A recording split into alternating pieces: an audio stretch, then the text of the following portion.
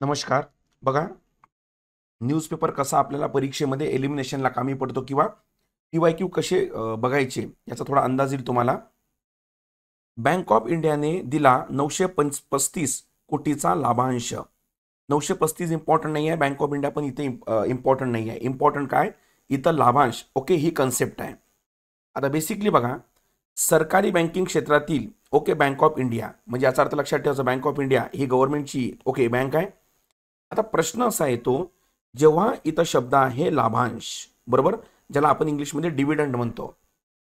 Dividend म्हणजे काय, तर डिव्हिडंडचा अर्थ होतो की जेव्हा एखाद्या कंपनीमध्ये किंवा बँकमध्ये सरकार हा शेअर होल्डर किंवा लाभार्थी असतो, म्हणजे शेअर होल्डर असतो, त्यावर जो नफा मिळतो त्या नफ्याला आपण डिव्हिडंड म्हणतो किंवा लाभांश म्हणतो.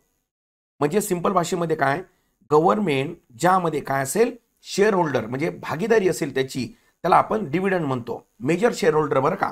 जर मालक असेल तर डायरेक्ट त्याला आपण नफाच म्हणतो, प्रॉफिट म्हणतो त्याला. म्हणजे काय झालं, हा लाभांश गव्हर्नमेंटचा एका प्राप्तीचा हा मार्ग झाला.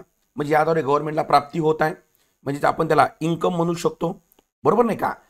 आता बघा, यावर प्रश्न कसा आलेला आहे आयोगाचा, म्हणजे तुम्हाला PYQ कसं हँडल करायचं त्याचा अंदाज येईल. हा बघा, हा प्रश्न आयोगाचा. महसुली कर उत्पन्नामध्ये, म्हणजे त्याला आपण म्हणतो, लक्षात ठेवायचं, रेव्हेन्यू टॅक्स इन्कम. बजेटचे दोन प्रकार असतात माहिती आहे तुम्हाला, एकाला म्हणतात महसुली, एकाला म्हणतात भांडवली प्राप्ती. पुढीलपैकी कशाचा समावेश होत नाही म्हणते. नॉट इन्क्लुडेड म्हटलेला आहे. म्हणजे कर महसुलामध्ये कशाचा समावेश होत नाही, म्हणजे मला सांगा, यानं करेतर हे विचारलेलं आहे. थोडं माहिती असेल ना तुम्हाला इकॉनॉमिक्स. प्राप्तीचे दोन मार्ग असते, महसुली आणि भांडवली.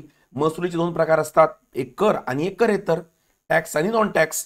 तर ह्यानं करेतर विचारलं, होत नाही म्हणते ना. मग आता मला सांगा, प्रत्यक्ष कर हा कर आहे, अप्रत्यक्ष कर हा कर आहे, गुंतवणुकीवरील व्याज बरोबर हा करेतर आहे, म्हणजे याचा समावेश होत नाही, आणि दंडात्मक उत्पन्न म्हणजे करेतर आहे. म्हणजे आन्सर किती यायला पाहिजे, 4, क आणि ड. हे याचं आन्सर येईल, सी आणि डी, बरोबर. आता आपला तुम्हाला म्हणणं असेल, हे लाभांश कुठे येईल. अरे लाभांश पण मी मग सांगितलं, हा गव्हर्नमेंटचं एक प्राप्ती आहे, इन्कम आहे. मग हे इन्कम कर असेल की मला सांगा करेतर असेल, साहजिक आहे करेतर असेल. म्हणजेच या प्रश्नामध्ये जर पर्याय हा आयोगानं लाभांश दिला असता, 2019च्या मेन्सला दिलाय बरं का, हा पर्याय, तर याचं उत्तर पण करेक्ट आलं असतं. या प्रकारे तुम्हाला PYQ ला कोरिलेट करायचं आहे न्यूजपेपर सोबत, फक्त इकॉनॉमीमध्ये.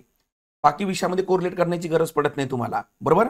आणि या तऱ्हेनं जर केलं तर नक्कीच ज्यांचे मार्क 4-5 मार्काने रिझल्ट चालला, 100% तो रिझल्ट हा म्हणजे निघून जाईल किंवा तुम्ही पास होऊन जाल. चला, कळली पर्यंत.